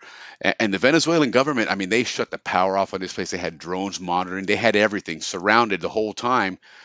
And lo and behold, last week or 2 weeks ago, an operation between the United States, the Italian government, the Israeli Mossad, they actually took cars and painted them like Venezuelan cop cars. And somehow under their very noses got those cars in that embassy and grabbed those people and took them out of the city. And then they put them on airplanes and used the routes that we learned about here from this book and flew them there because they realized that they're going to be amongst all these clandestine flights that are smuggling drugs, and they smuggle these people out of the country. So as if they were one of the drug smugglers. As one of the drug smugglers, so they would easily blend in. It was so quiet. I mean, we have this group chat, so we get a lot of military guys that are feeding us information, and we heard that. We were like, why isn't this on the news? Why isn't anybody talking about this? We just had this big, event there. The brilliance of the plan was that the drug smuggling routes that we learned from the show with these gentlemen a couple weeks ago, these routes are put in there by the government of Venezuela. Because remember when Chavez first was in before Maduro, he made it his mission to poison the United States, and so he therefore basically encouraged, and that's why this Cartel de los Soles is running in Venezuela unfettered, because the government says, I'm looking the other way because you're doing our mission of poisoning America. So the Americans said, fine, we'll put these guys on a plane in that route there, and they're not even going to look at it and let it just fly right past. And that's how they got these people out, man. So that was really cool. That was interesting. That's our show coming back. But that was interesting. I'm not sure what that was. But anyway, so cool. Moving right along then. Number 7. Which country was avoided as a flyover route for cocaine flight? Okay, so now listen, guys. If you have short-term memories failing you, you might get this one wrong. But we just gave you some clues inadvertently on that one. But was it Jamaica, Costa Rica, Colombia, or was it Greenland? I think we can eliminate one of those probably quickly. But yeah, we definitely just discussed this one. So if you guys just pay attention a little bit, you get that one. So here we go. We got. Oh, look, everybody got an answer, so we got a yes. That was a freebie there. Now it's a matter of see who answered it the fastest. Show, man. You guys it was. Realize the people that we get on this show, amazing, man. Yeah, that was really cool. That one, and then back to back with that guy Michael Young too. Michael Young. And in fact, what's interesting? I went to my wife's family's for Easter. Right, we had the Easter get together, whatever, and one of Robin's cousins is like, "Hey, you had Michael Young on your show Friday night." I was like, "Yeah, I did." He's like, "How'd you land that guy?" Yeah, I was like, cool. "He's a friend of the Zonians, man." Andrew Yes, absolutely, friend of the Zonians that got us on there, man. And then Steve Tochterman, I mean, he's a Zonian. He's a friend of us and a Zonian friend, and whose father was in the Canal Zone Police, so he's in our little circle of that tight-knit circle there as well. But yeah, we've had some really, really cool guests, and then of course Jesus Romero. I mean, these guys, had quite a distinguished career in intelligence and stuff, and so it was a lot of fun, man. We learned a lot from that. That was really, really cool. So look at this guy, man. People, I'm waiting to see Amazon walk in the door now. All right, so Tui's still ahead, but everybody's on the board and scoring good. Let's move to the next one then. On what day did the United States acquire the Canal Zone? Dave Dahlstrom just talked about this recently. So a long time ago in a country far away. That in itself is the hint. Okay? But you see some newspaper clippings on that, and of course there's Dave Dahlstrom, our formerly historian, non-historian. He reluctantly went ahead and adopted the moniker. He did, in true Dave Dahlstrom humbleness, but hey, it fits him well because he really is a historian. There's no doubt about it. So may the 4th be with you. Yes, absolutely. We had one person thought it was August 15th. No, that was when the canal was completed, but nonetheless. Yeah, acquired day was the day they got the keys from the French and all the equipment and all everything. By a second lieutenant. That's a second lieutenant, man. That's a trip, man. What a great story that is. I mean, you talk about being at the right place at the right time. Who told us that story? Oh, yeah, David. Dave did, yes, man. And it's just, I mean, you can just imagine. I need the highest ranking officer in the United States in here. This guy's like, me? Really? Hold on, I gotta make a phone call, man. I don't know about all this stuff, man. I mean, second lieutenant. Lieutenant is one of the lowest ranks in the officer corps. Just so you understand, if you're not sure about the military, lieutenant is at the beginning. That's when you first come into the military. You're a lieutenant. So I mean, there was. Short of that, it would have been like a sergeant or a private or something. It would have been an enlisted person, but that's... Man, what a lucky man. He's in forever. What do we say? He was Zonian number 00001. Number 1. That's right. The first Zonian. Indeed. Great story, man. And only here at Happy Hour at the Balboa Yacht Club, the first Friday of every month, you get that kind of info. All right. This is a word cloud, guys. This is a lot of fun. Okay. What comes to mind when you think Canal Zone? Hint. The more you write, the smaller the letters are. Okay? And this is not a question that you're going to get points on. This is actually just a fun thing to do here. But what do you think of when you think of the Canal Zone? And this is brought to you by CanalZone.me. This is a new community that's getting ready to spring to life here. That's Shorty and Slim, Thane Wheeler from Canal Zone Documentary, us here at Happy Hour at the Balboa Yacht Club, the Canal Zone reunion in Panama are all participants in this. But what do you think of when you hear or when you think Canal Zone? What comes to mind? Write it down. We're going to come up with a really cool word cloud here. And as you can see on the image there on the map, right? There's a lot of communities, guys. We've seen that there's a lot of communities that are part of that Canal Zone entity, but they're all separated, right? You got to go to this page to go to Canal Zone. You got to go over here to this website to go here, go here. CanalZone.me is going to be that one place where all of these communities will be housed as well. So the land divided, family for life, paradise, good times, coffee. Yes, absolutely. That's Canal Zone, Good stuff. Yeah. Good stuff here. One of these days when we get a really big cahoot, if we can do something at the reunion, get a really big cahoot, that would be a lot of fun where you could have 30 or 40 different ones, I like that one But yes, indeed, that's what the Canal Zone's all about. And so stay tuned for more on CanalZone.me. There's going to be even the email address, so you can get yourself your, Ricky Royo at CanalZone.me, or Ricky.Royo. So it'll be a kind of a cool place where we can all get together and stay connected. Some of us are connected to different groups. Like take my dad, for example, right? My dad, his Canal Zone story started with the United States Air Force, right? He was stationed down in Panama, and that's how he came to be in the zone and came to love this place. And when enlistment was up, he's like, heck no, I ain't leaving this place. Are you kidding me? And fortunately, Canal Zone police was like saying, hey, Uncle Sam, Uncle Samuel in the zone is like, we want you. And so there he did, man. He came and became part of the Canal Zone community. So, that's those are the stories that we have in here, and that CanalZone.me will bring all those together, where people from the Fort Clayton, the Albrook, the Howard Air Force Base, the Atlantic Side community, the Cristobal High School, Balboa Rams, you name it. There's so many communities out there, and while it's fun to have all those communities out there, it'd be fun to have them all in a place where you could jump from one to the other and not get too far away from the other one. So. Stay tuned, more to come on that. But nonetheless, thanks, guys. That was some cool stuff you wrote out there. All right, Copa Airlines uses what tail number prefix? So we learned this, that the tail numbers on the aircraft made a difference, right? During that show, remember we learned about how aircraft landed, and by the time they had the drugs loaded on it, that aircraft had been re-registered in the United States, and they had another tail number on it. But the tail numbers had a significance. Yes, isn't that ridiculous? How absurd. How absurd. And remember, Steve talked to him and mentioned that one aircraft was re-registered 3 times in the same day. That's incredible, man. That's absolutely incredible. Yes. In what was it? Unalaska, Texas. A place that didn't even have an airport. Give me a break, man. Give me a break. That's how blind people are when they choose to be, man. Well, so anyway, what is the prefix for Copa? Find those guys. Right. Absolutely. Nobody got this one wrong. Right. So Copa is HP. You look at all their planes are HP. I know, for example, one in particular that I flew on, sat in, walked around in, and everything was HP 873, which was Copa Airlines' first 737.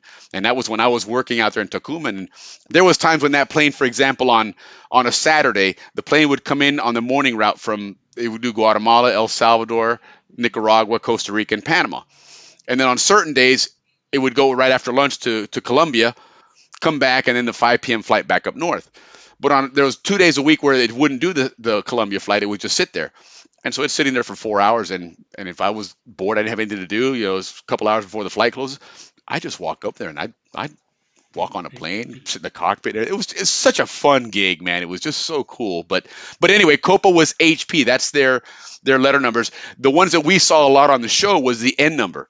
And it's referred to as the N number, but it's really a registration number, right? And so the United States registrations are N. HK is actually Colombia.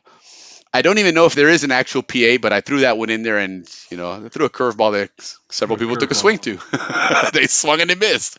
But yeah, it is HP. Is you'll hear sometimes Hotel Papa, HP, el HP 873. That was the Copa plane, so that was kind of cool. But anyway, all right, let's see what the numbers are at here. Okay, so nobody got that one right, so numbers didn't change, right? Here we go. Okay, 11 to 15. There's a few more, guys. At what time of the 4th of May was the Canal Zone officially U.S. territory? Remember we talked about that, right? That because this was now a new era where now historical events, you didn't just capture the date. We were in modern times where information could travel fast enough that you could even record the time. So was it 12 midnight on the 4th of May? Was it 12:01? Interesting. Was it 6:30 p.m. or was it 7:30 a.m.? At what time was the Canal Zone officially a U.S. territory?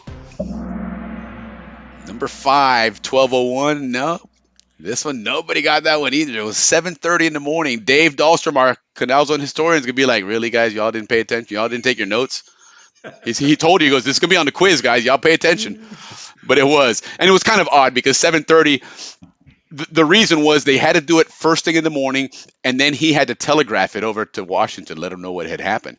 And that way, then it got released to the press that at 7:30 a.m., Panama, this guy signed the paperwork, the lieutenant, the big wig, and now he basically had the papers. He had the title, man. He walked around and goes, hey, it's ours. Morning, 7:30 morning. Yeah, 7:30 a.m., man. So, again, the order didn't change here. Boy, good thing y'all don't lose points for wrong answers, because we big that down to 0. All right, what famous flyer made a visit to Panama more than once? Okay, was it the Red Baron and his pizza? Was it Charles Lindbergh, or as Ricky calls him, Lindenberg? Was it Pappy Boyington? Remember, who's Pappy Boyington? And then, of course, was it Sully? Who's Sully? I don't think it was Sully. I'm pretty sure it wasn't Sully. Although the guy's kind of old, but I don't think he's that old. Right? Yeah, let's see who that was. I think we all know who that one was. All right, everybody got the answer. There we go. All right, so now it's going to see who was Quick Draw McGraw here, because you get more points the quicker you answer, too. So let's see here. Okay, at least we've got a lot more points now. It is definitely more competitive now, but only got a few more questions, so get ready, guys. 13, 14, we have 3 more, guys. What was the name of the only Canal Zone-based airline? And it's going to appear here, so pay attention because it's going to start showing up. Yeah, this is really cool. We saw them at the Spinning Club. Who would have thought that the Spinning Club used to be technically an airport, right? What's the They name? all look good answers there, really. Right? They all look legit. Every Yes, single one. yes. Any one of those could fit. All right, Isthmian Airways. Let's see how many people got it. 4 people got it. Isthmian Airways. 1 person got Air Isthmus, which would have been a cool name. I like Pan Canal Airways, but or even Canal Zone Air, I mean, right? they're all great. Even CZ Air would have been cool. You know, CZ Air would have had a cool logo to it. All right, let's see who got that one right. Let's see who the points are here. All right, HP got it. They're still there, but Bullseye's trying to make a big comeback here quickly. All right, so there's 2 more answers, guys, and remember, whoever answers it faster gets more points. So here we go then. Number 14. To us, this Isthmian Airways base was known as Chala Vida. Now you got to pay attention to these things better. Was it Farfan Point? Was it the Gatun Yacht Club? Was it Gamboa Point? Was it the Diablo Spinning Club? Ah, huevao. A lot of freebies tonight, guys. A lot of freebies tonight, if you're paying attention. All right, here we go. So hopefully, and yet Well, people you're are still. paying for the gift tonight, then. Yeah. You're giving away all the answers. Yeah, no doubt, man.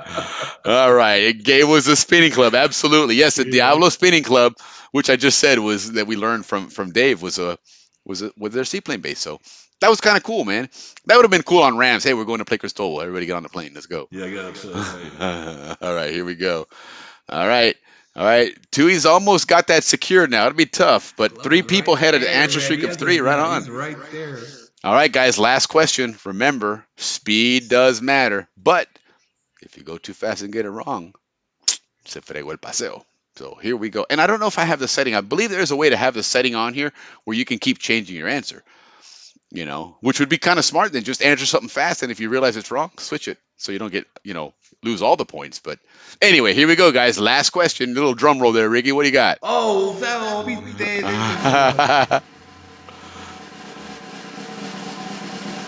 The Canal Zone Police Station in Balboa was once a restaurant. Is that true or false? Is that true or false, guys? The Canal Zone Police Station in Balboa. In days last, Chagla. That's right. Remember we talked about the tram and everything running through there and all that stuff. Was this a restaurant or was it something else? Maybe it was a restaurant.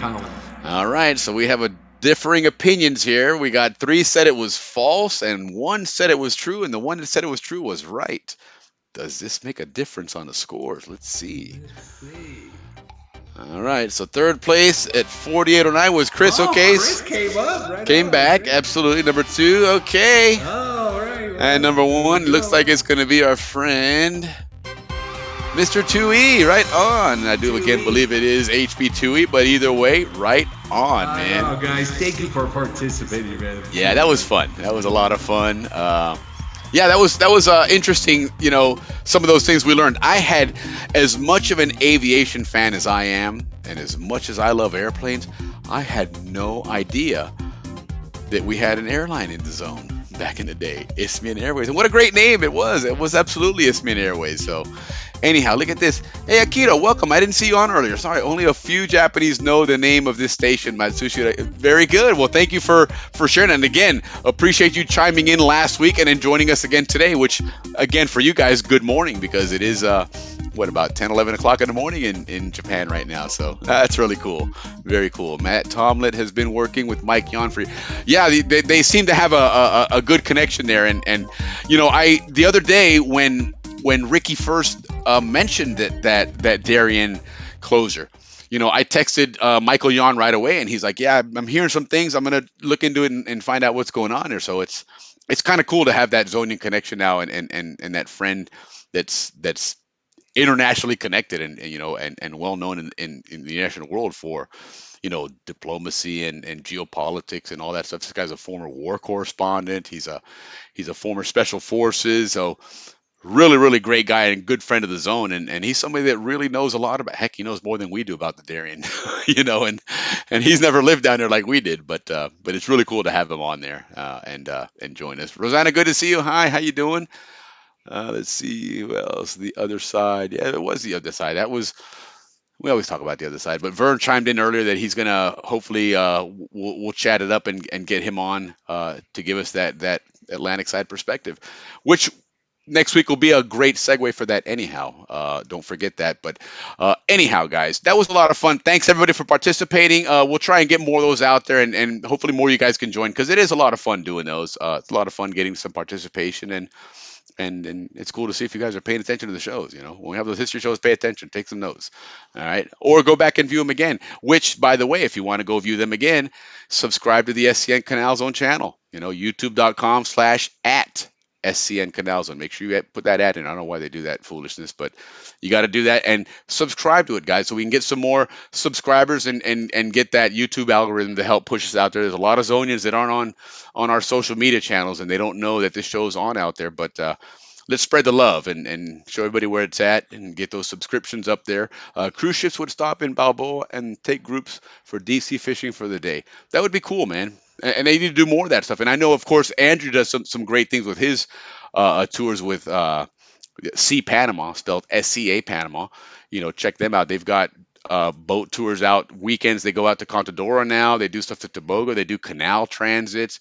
And he's got fishing boats as well. So definitely check those guys out.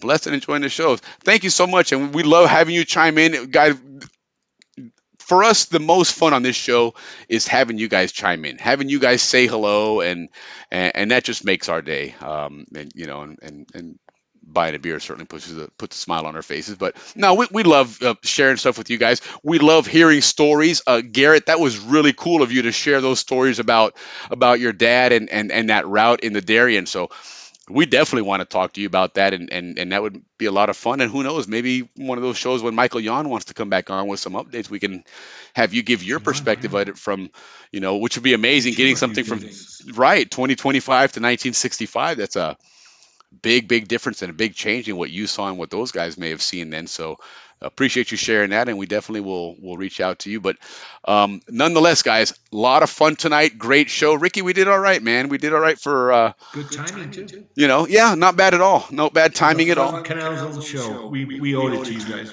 Yeah, it was long overdue. We certainly owed it to you guys. But again, don't forget, the guys, next week. What's going on here? Why is that screen black like that?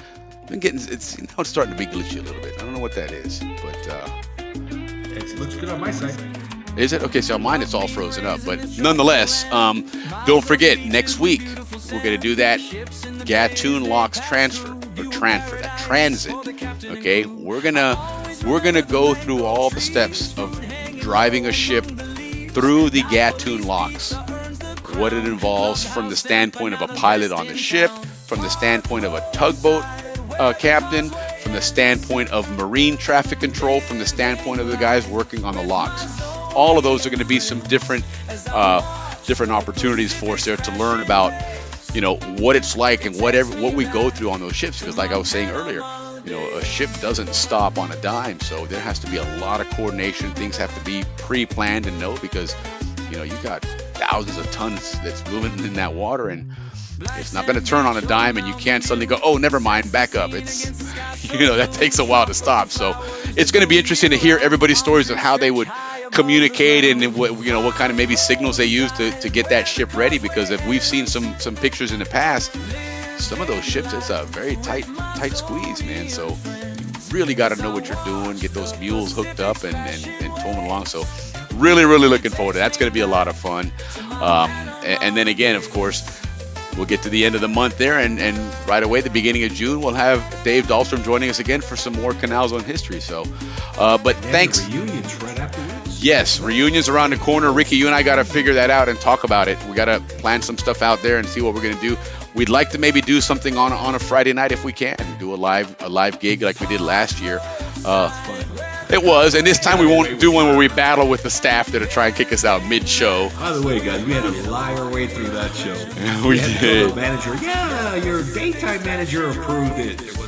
There was no daytime manager, man. It was somebody cleaning a bar top there or something, and that's the one that we got permission from. But hey, that's the Zonian way too, right? Quick draw McGraw. So, but anyhow, thanks again, guys. Have an awesome weekend. Again, Guille, rest in peace. Anthony Dowling, rest in peace. Downing, rest in peace, guys. This show was dedicated to you guys. But guys, have an awesome weekend. Thank you so much for joining us. Ricky, man, get us out of here. Hey guys, thanks again. Great participation. We appreciate the comments and everybody that participated with Cooking. Thank you very much. Listen, we love you guys very much, and we'll see you next Friday. Take care, everybody.